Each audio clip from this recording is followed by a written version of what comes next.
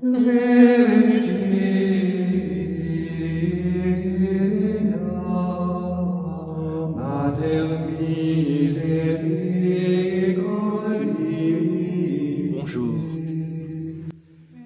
Dans cette vidéo inspirée et apaisée, nous parlerons du problème supérieur et distingué de l'importance de la religion dans l'Europe du Moyen-Âge. Parler du Moyen-Âge, oui, c'est loin, dira-t-on. Peut-être, mais si on regarde dans le paysage, on se rend compte que c'est une époque qui a laissé des traces considérables, une époque qui a énormément influencé notre civilisation. Le Moyen-Âge, c'est un moment d'apogée de la civilisation européenne. C'est au Moyen-Âge qu'on a construit la plupart des églises et des cathédrales. Et les églises et les cathédrales, ce sont encore aujourd'hui les bâtiments les plus hauts qui dominent la plupart de nos villes. Plus précisément, c'est souvent durant le Moyen-Âge classique, c'est-à-dire entre le XIe et le XIIIe siècle, qu'on a construit les églises romanes et les cathédrales gothiques qui servent encore aujourd'hui. Vous savez comment on reconnaît les églises romanes ou les cathédrales gothiques.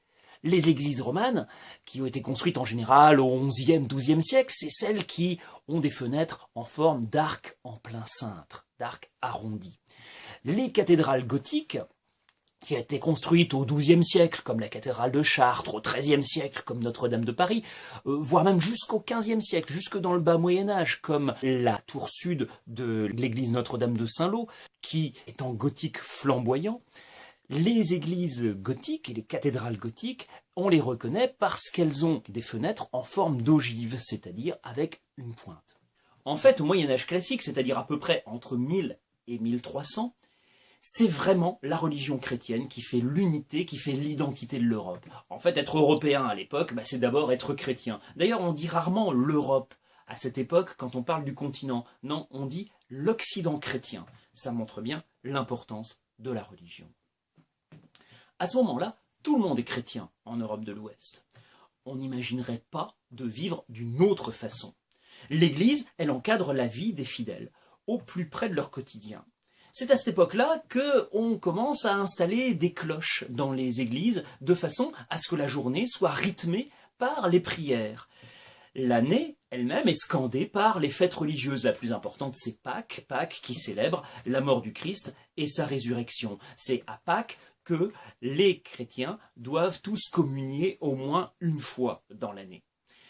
Enfin, tout au long de sa vie, le fidèle est suivi par l'Église qui lui distribue les sacrements depuis son baptême jusqu'à sa mort.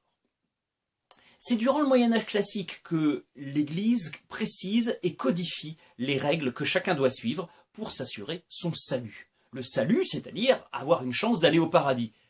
Parce que bien sûr, pour le chrétien, ce qui compte, c'est pas la vie sur terre. Ce qui compte, c'est ce qu'on fera de son âme après sa mort, c'est-à-dire son salut. Et d'ailleurs, sur toutes les églises qu'on construit à l'époque, on multiplie les sculptures qui rappellent à chacun qu'après sa mort, son âme sera pesée pour décider s'il ira au paradis ou en enfer. D'ailleurs, ça inquiète tellement les fidèles qu'au XIIe siècle, pour les rassurer, l'Église a inventé ce qu'on appelle le purgatoire. Le purgatoire, c'est un lieu un peu intermédiaire. Si vous êtes parfait, vous allez au paradis. Si vous avez une vie de péché, vous allez en enfer. Mais si vous êtes entre les deux, ce qui est le cas quand même de beaucoup de monde, avouons-le, eh bien, on a inventé un lieu, une sorte de salle d'attente, où vous attendrez quelques centaines d'années après votre mort, avant d'aller au paradis. Ça rassure. Donc, l'Église encadre la société. L'Église encadre les esprits. L'Église moralise la société. En exigeant des fidèles un comportement exemplaire, elle parvient à guider les conduites. Elle parvient à encourager les gens à se comporter d'une bonne façon. Ça se remarque en particulier auprès des seigneurs qui ont l'habitude de se battre. À partir du XIe siècle, l'Église parvient à imposer aux seigneurs des trêves, ce qu'on appelle la trêve de Dieu ou la paix de Dieu. Au cours de ces trêves, il est interdit de faire la guerre. Ça contribue à pacifier la société. D'ailleurs, c'est l'Église qui garantit les serments et que se prêtent les seigneurs entre eux. Donc rompre son serment de fidélité, c'est comme rompre la trêve de Dieu, c'est commettre un péché, et c'est donc encourir la sanction suprême. La sanction suprême, c'est l'excommunication.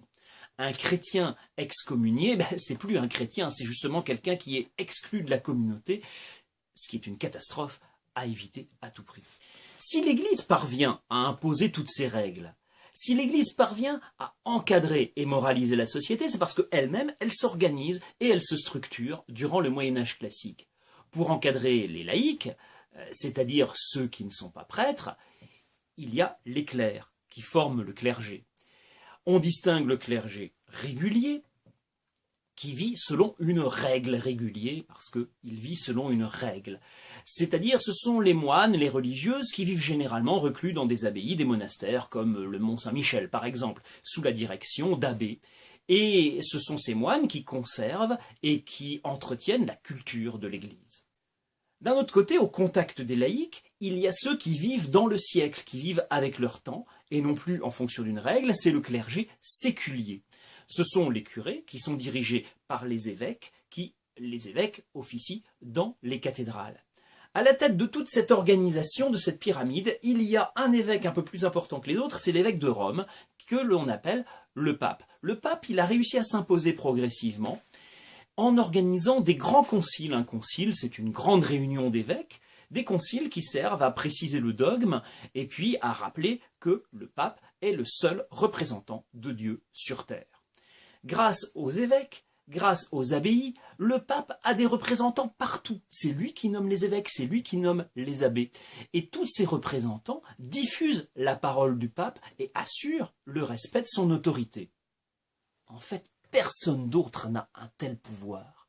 Pas même les rois. À cette époque-là, les rois n'ont pas une administration suffisamment développée pour être aussi efficace que le pape. Et les chefs d'État, justement, ça leur plaît qu'à moitié. Ils ne voient pas ce pouvoir d'un très bon œil. Le roi de France, l'empereur du Saint-Empire romain germanique, ils voudraient bien pouvoir choisir eux-mêmes les évêques de leur propre État, pour pouvoir s'appuyer sur les évêques pour leur administration, pour gérer leur État, pour diriger leur État. Évidemment, le pape ne laisse pas faire. Et jusqu'à la fin du XIIIe siècle, il y a eu de très violents conflits entre le pape et les princes. Le pape, les évêques, les moines, les curés, ils prennent des initiatives très fortes. Ils font construire des églises et des cathédrales. On dit qu'un blanc manteau d'églises neuves a couvert l'Europe au XIe siècle. Les papes, les évêques, les abbés, les curés organisent des pèlerinages vers le Mont Saint-Michel par exemple, ou surtout à cette époque-là vers Saint-Jacques-de-Compostelle en Espagne. Et si jamais la religion catholique est contestée par ce qu'on appelle des hérétiques, qui pratiquent une hérésie c'est une autre version de la religion chrétienne, eh bien ces hérétiques sont violemment réprimés, comme par exemple les cathares, qu'on appelle aussi les albigeois, dans le sud-est de la France, au début du XIIIe siècle. Donc la religion chrétienne est solidement établie, et mieux que ça, elle se diffuse. On appelle ça l'expansion de la chrétienté. En Espagne, la Reconquista reprend des territoires musulmans. En Allemagne de l'Est, on évangélise les populations. Mieux, à partir de 1095, les papes organisent d'immenses expéditions qui rassemblent tous les princes d'Occident pour aller reprendre Jérusalem aux musulmans. C'est ce qu'on appelle les croisades.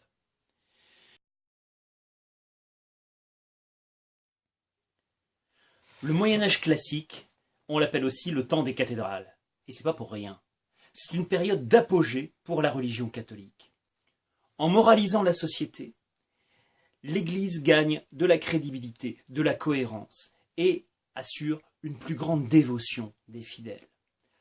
En se hiérarchisant davantage, l'Église est plus efficace et plus cohérente et ça lui permet d'avoir la crédibilité nécessaire pour lancer de grandes entreprises comme les constructions d'églises ou comme les croisades. L'Église encadre, moralise, pacifie la société, l'Église s'organise, se structure, se hiérarchise et elle lance de grands projets, de grandes entreprises. Bref, elle transforme profondément la vie des Européens à une époque de grand dynamisme.